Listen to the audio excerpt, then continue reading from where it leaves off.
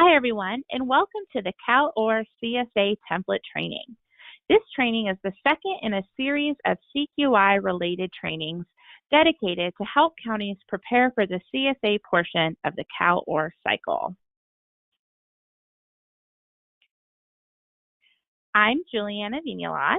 I'm the Chief of the CalWorks Program Improvement and Performance section here at CDSS, and today I'm joined by This is Andrew Wilson. I'm a CQI specialist in the CalWorks Program Improvement and Performance section. Great.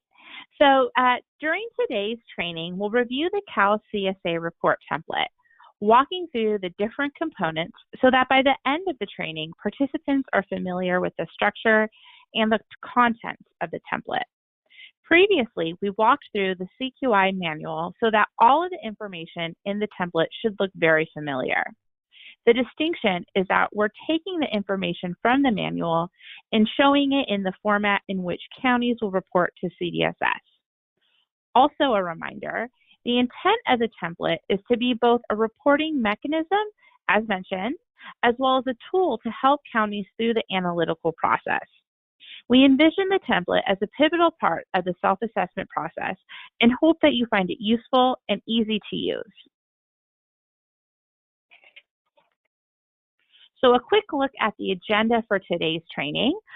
We will take a brief look at the training plan for CQI, and then we'll dig into the report template. So that will be the bulk of today's training. But before we get into the meat of the training, let's take a quick look at the CQI-focused training plan. The core components of the training plan are remote trainings, coaching, and in-person regional trainings. This structure is really the launching point for the CSAs. An additional training will be provided as we gear up for the SIP process later in 2020. All right, so with that, I'm going to go ahead and pass it over to Andrew to walk you through the template. Thank you very much. So I'm going to be walking through the template and how it relates to the instructions that have been provided in ACL 19-108. So first off, I'm going to show you this. So this is the CSA template section regarding of the Cal CQI instruction manual. As you can see, we have the reporting requirements, and we have some sections that talk about both data and also asking analytical questions, such as under demographics, how does the demographic profile compare with the statewide demographics? So let's take a look. Keep that in mind, and as we're going through this, if you can keep an eye on this section, starting with page 14 of ACL 19-108. Excuse me, page 14 of the instruction manual, which is page 25 of ACL 19-108. So switching over, here's the first page of the form. The CSA template itself. These are the instructions that will be going out. As you can see, we start out with just the form instructions. They're for navigating the Excel document. They're not a replacement for the detailed instructions on how to answer questions in the CSA. The entire form can be navigated by pressing Tab to see where you go through data entry. You can, as you can see, there are other ways to advance, or even to bring up the table of contents in order to jump between sections easily.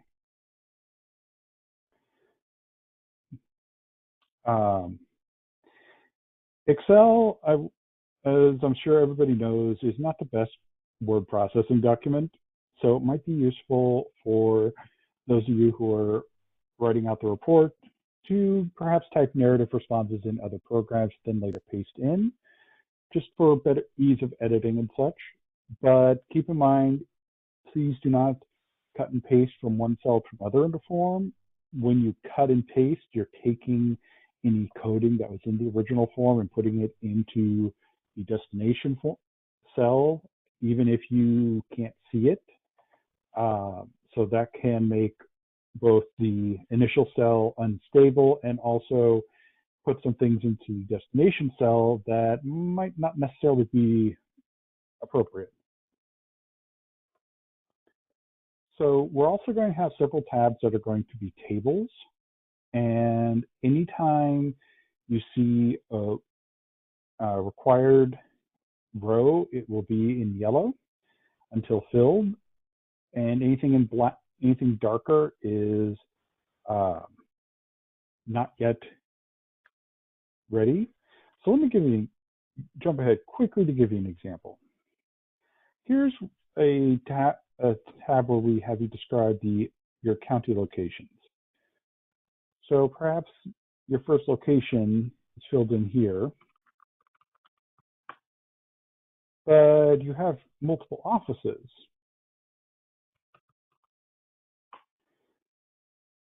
Perhaps, sorry about that. As you can see, as each row you enter an office name, and it starts to fill in. There will also be places where the entire cells or sections will be grayed out. Those are sections that are not appropriate for the first CSA cycle.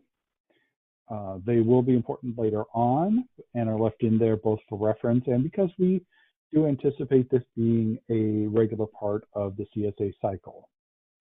So with that, the first tab is the table of contents, and this is also going to be a good reference for you as you move through the CSA, because as you start filling in information, this percent complete column here will start to increment. Like for instance, I put in a couple of cells into the locations table, so it's showing up as 7% done. This is not to say that the answers are complete within the cells or within the rows, just that this is the percentage of cells that have any text in them. So as you're going through, this is a good guide for what has been looked at and what has something in it, so what might be left undone, but it might not necessarily be the best for knowing that it is complete. So that's just a reference. So now we get into the meat of things. We're starting out with just the county contact information. Now, as you can see, we pre-filled this with Alameda, but we could go to any other county for this purpose. Here we're asking for you to put in just the contact name, email, and phone number. This is so when the CQI specialist receives this template and begins to review, this would be the person that the specialist can then reach out to if there are any questions or concerns. Next, we begin the review. So this is the CSA itself. As you can see, we have a number of links in the demographics section that would go to the CalWARD dashboard.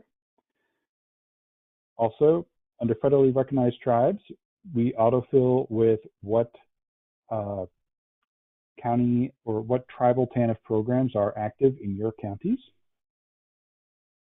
And then we have several demographics questions here.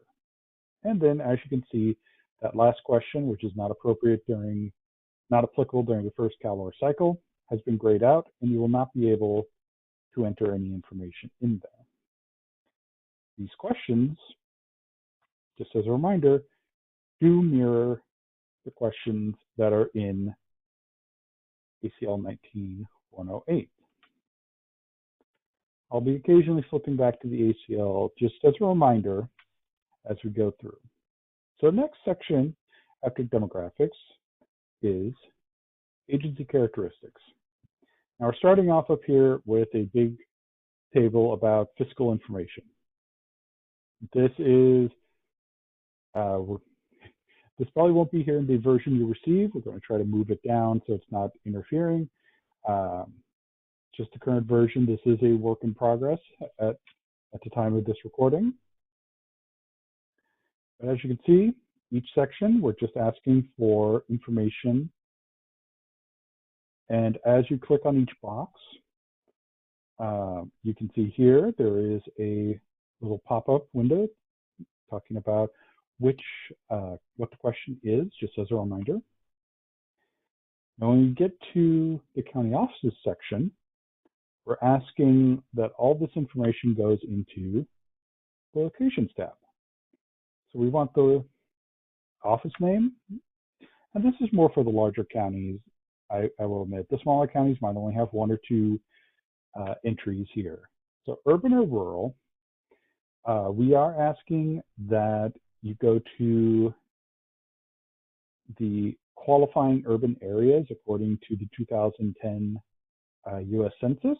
As you can see here, by clicking on the header, this will bring up your qualifying urban areas. So what you need to just do with this section is to, once you have your address entered, what the city or town associated with that address, you'll just see if it is on this list. So do a quick find. Like we're here in Sacramento, which of course does match there, but your results may vary. Average wait time in minutes. This is for your your average wait time for customers when they come into the office. This is only if your county records this information. We just yes or no question about the co-location of welfare work services. Childcare available on site. Is there, say, a play area for children for longer appointments, such as OCAT interviews? Is there a co-located diaper bank? Are barrier removal services like domestic abuse, mental health, or substance abuse on site? Is WIOA on site or community college representatives? Finally, any welfare work services are available at a location and any other co-located agencies. Now, a lot of these might be, for instance, one-stops probably if there are, say, community college, adult ed, and WIOA on site, well, we'd be marking WIOA, community college, and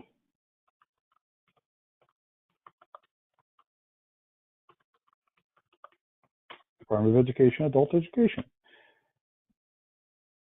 in that last category. And every time we have a special tab like this, we also have a link at the top to return to the tab that you were originally on. And the next portion, staff and workforce, we're again asking about some special units.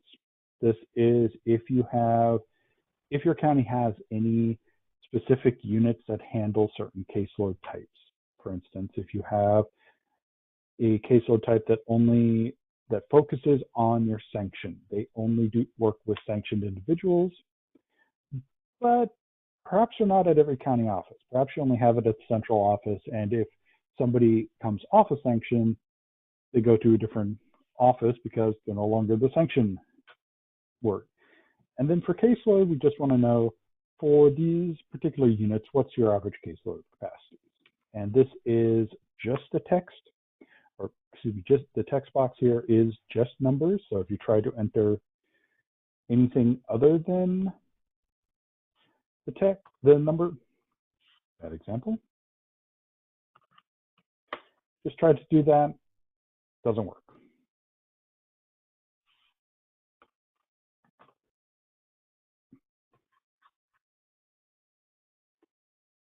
The next part of this is describing staff onboarding and training requirements. Now, this does have some overlap. You're going to want to remember that the staff functions and workforce does have some overlap in the questions here where we talk about describe staff onboarding and training requirements, and any skill gap or organizational workforce risks. does overlap with the barrier removal tab and the staff training section, where we talk about specialized staff training for those with severe barriers to employment. So the person going through this might want to flip back and forth between these. That way you're not having to go back to your references, whatever references you were using between those two tabs. Now there's no order you have to fill this out in, so it's easy enough to flip back and forth. Partnerships, community partners, as described in 19108. These are also probably looking very familiar to you if you attended or saw our questions walkthrough a couple weeks back in February. So for financial material resources, that last question, describe whether and why any specific, tried to click on the text in there. As you can see, protected cell. Describe whether and why any specific program allocations provided through CDSS within the past 3 fiscal years were only partially used, or if county expenditures in an area exceeded its allocation during those years. And that's the purpose of the chart we're providing up here. We're just saying for mental health, housing support, family stabilization, and single allocation expenditures, mental health and substance abuse, excuse me, we're just giving what the expenditures were, what the allocations were, and what percentage of the allocation was expended. So next, moving on to stakeholder engagement, which, as you can see, all these things from the agency characteristics tab, and now we're on to the stakeholder engagement and feedback tab. So here we have another special table under describe how the county engaged stakeholders, including method and frequency of engagement. And this is where it gets a little complicated in terms of the tables. So these are all options for types of contact, and these are all options for types of stakeholders that are typically used. And for each of them, you can indicate for each type of contact and each type of stakeholder, just indicate how often that particular method is used. For instance, perhaps you have a intermittent focus group of CalWORK staff and management, but you have a monthly newsletter that goes to current and former clients, and a monthly in-person meeting with both your community college representatives and your tribal organizations. Now, if there are any other types of contact, you can then see that we have a new column to fill in. So perhaps this other column, you have some kind of annual other contact with current and former clients. Or perhaps your county works closely with, say, if you have a large colony population, the local AFLP provider,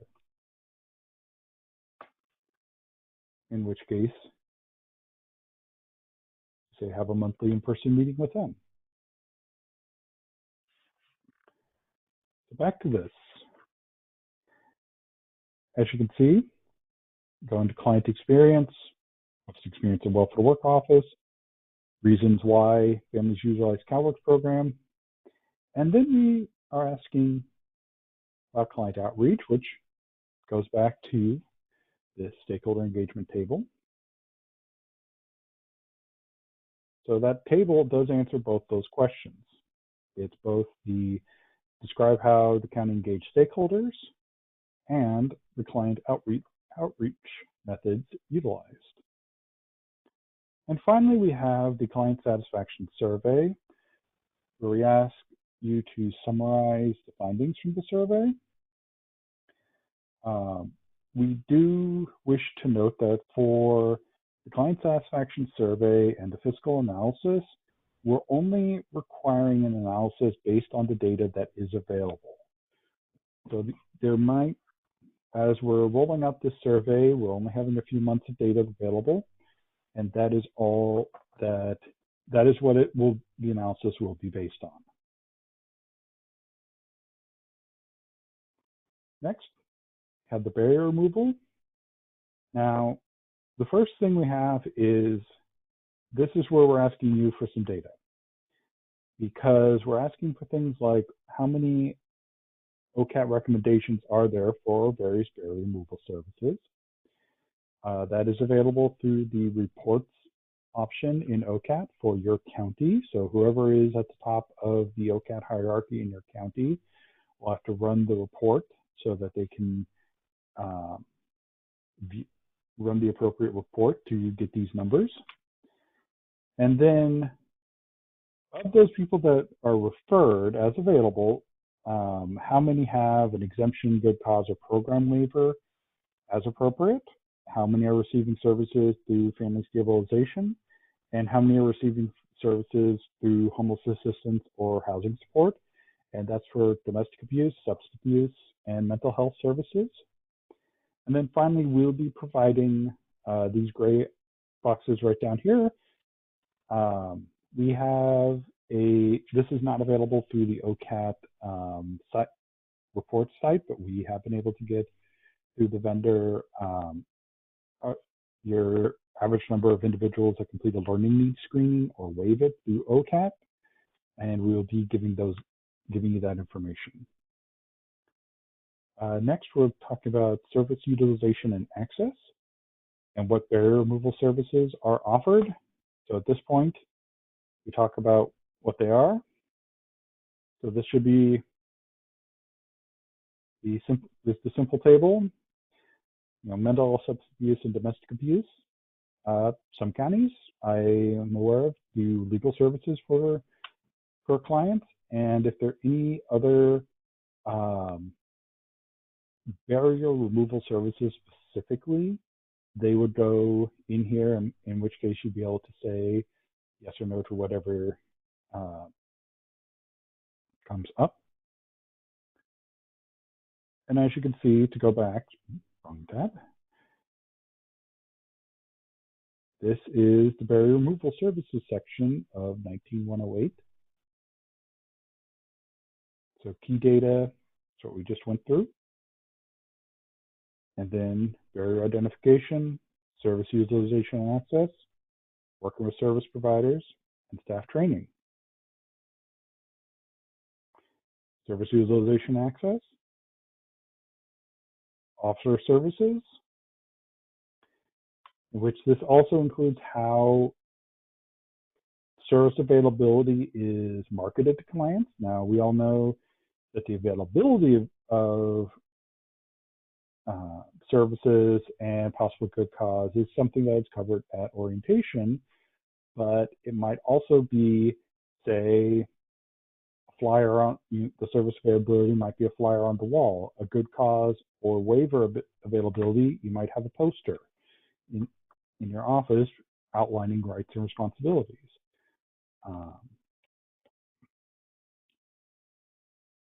Safety plans for domestic abuse, working with service providers. And as I mentioned earlier, the staff training, which does overlap a bit with agency characteristics. And now we're into the performance measures. As you can see here, performance measure analysis. And we have the performance measures are broken up by programmatic groups. And for each of these groups, we have questions to be described and discussed, and a system analysis, which is 2 questions that are the same for all. And this is where I'm about to scroll a bit, so just as a warning, down to the appendix of the instructions. That's page 39 of the instructions, page 50 of the ACL, where we have a number of both required and optional questions. You can see each of the questions. If they're required, they will say this question must be addressed in the CSA. All of the others are guiding questions for a general analysis.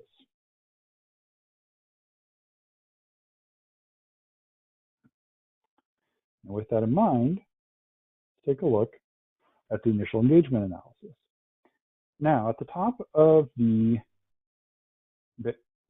tab, we have the measure in question. And for this, we are giving you the county-wide measure information for the most recent data set that is sent out to counties. You do have access and have been receiving regularly the measure data for your county. And rather than try to cram all those tables into here, we're just giving this particular part as a bit of a reminder to help guide your analysis. So as you can see, each of these sections has their analysis questions. Demographic analysis. Outcome analysis is unavailable and not appropriate for this particular process, but as you can see, the questions are here and will be appropriate during the next CSA cycle. And then the system analysis. As you can see, the two standard questions, and then the required questions, and a general analysis. And as you can see, we have all those optional questions here as a little quick reference.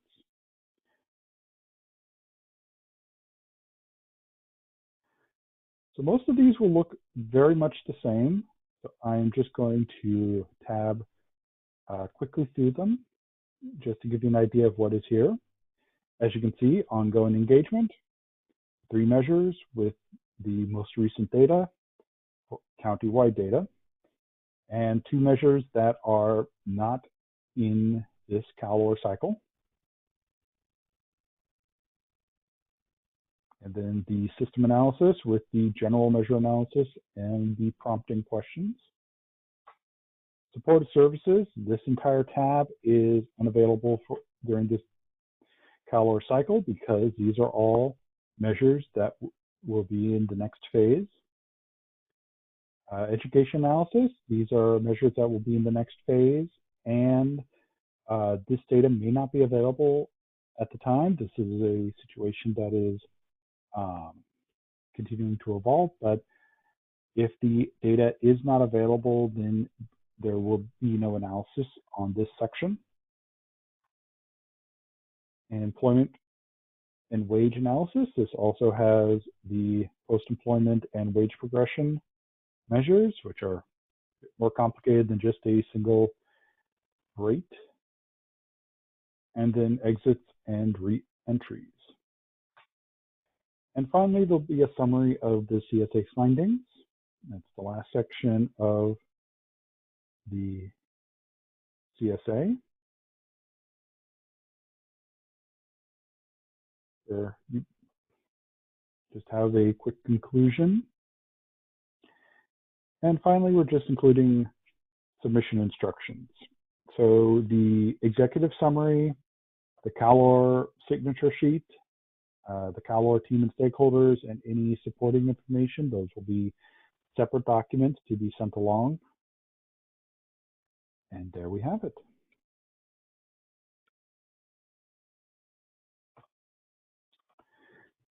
So once the draft is complete, the County Welfare Director must approve the CalCSA prior to submission of the draft. And we are setting up a secure FTP site, secure file transfer protocol site for both the counties to be able to receive the CSAs and also to transmit them back to CDSS once completed. CDSS will review the CSA, and at this stage is when any necessary revisions will happen. However, CDSS, your CQI analysis, your CQI specialist should be available to review, bounce any ideas off of, and such, because this is a collaborative process and we do want to help.